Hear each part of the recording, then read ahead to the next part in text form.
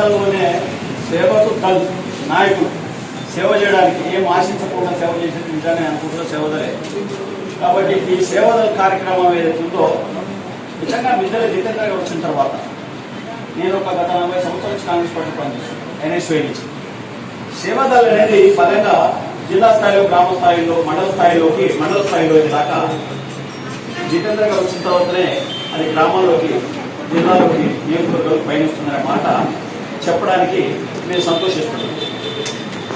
అంతేకాకుండా ఈనాడు ఇంతకుముందే రహీం బాద్ చాలా గొప్పగా మాట్లాడాడు.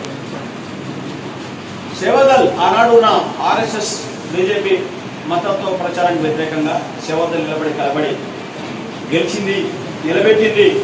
సేవదల్ కాంగ్రెస్ పార్టీకి బ్యాక్ బోన్ అనే మాట ఏదైతే రహీం చెప్పిండో దాన్ని పూర్తిగా సమర్థిస్తాము.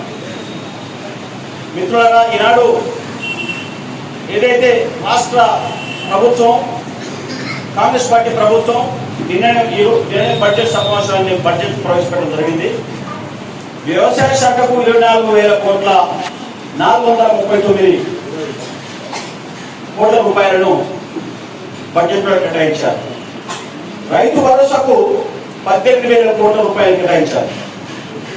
అదేవిధంగా పంచాయతీ శాఖకు 31,000 కోట్ల 605 కోట్ల రూపాయలను కేటాయించడం జరిగింది.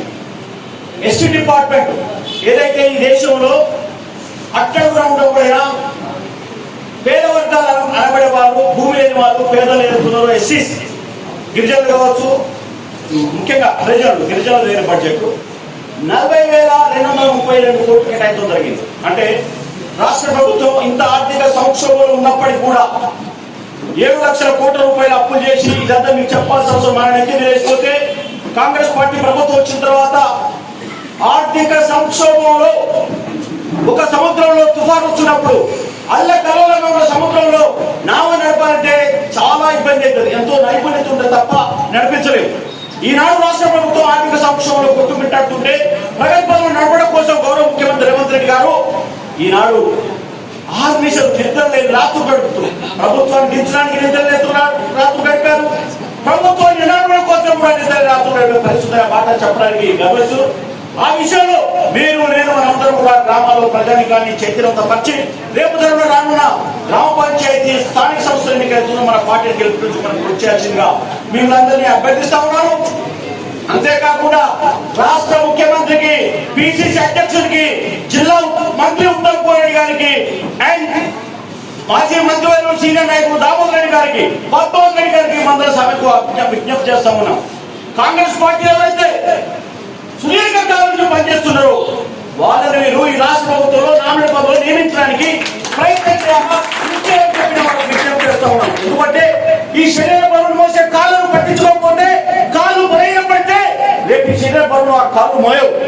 కాంగ్రెస్ పార్టీ జెండా పట్టి గ్రామాల్లో కొట్లాడి ప్రాణాలను పెట్టి కేసులో పాలై డబ్బులు ఖర్చు చేసి ఉద్యోగాలు పోకుండా జీవితాన్ని కాంగ్రెస్ పార్టీ కోసం పెట్టి పనిచేస్తున్న వ్యక్తులను మీరు పంపిస్తే మిగతా వాడు కూడా జెండా బట్టి కాంగ్రెస్ పార్టీ కోసం పనిచేస్తాడు, గెలిపిస్తాడు, నిలబడతాడనే మాట నేను ఎవరైతే పెద్దలు వాళ్ళందరూ కూడా వీరి సేవల వేదిక ద్వారా జ్ఞాపకం చేస్తా ఉన్నాను. అందుకే చెప్పాలంటే చాలా విషయాలు ఉన్నాయి ఇక్కడ.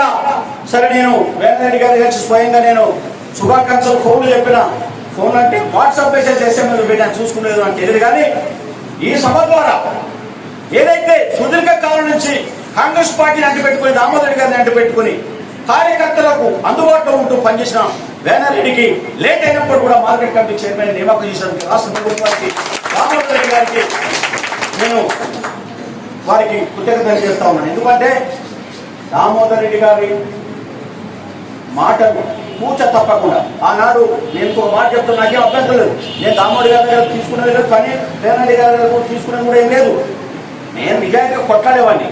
ఆనాడు నేను ఒకసారి కూడా చెప్పాను, రాజశేఖర గారితో కేవీ రామచంద్రరావు గారు ఎట్లయితే పనిచేసిండో, గౌరవ దామోదర్ రెడ్డి గారితో వేనారెడ్డి ఎవరు పనిచేస్తారని ఇవ్వాలి, కళ్ళ పిల్లలు వదిలిపెట్టి, ఇల్లు వాటి వదిలిపెట్టి పార్టీ కోసం దామోదర్ గారి సంక్షేమాన్ని కోరుతూ పనిచేస్తున్నాం. వేనారెడ్డికి నిజంగా కూడా అభివృద్ధి నేను వారి పదవులు అసెంబ్లీలో మాట చెప్తా ఉన్నాను.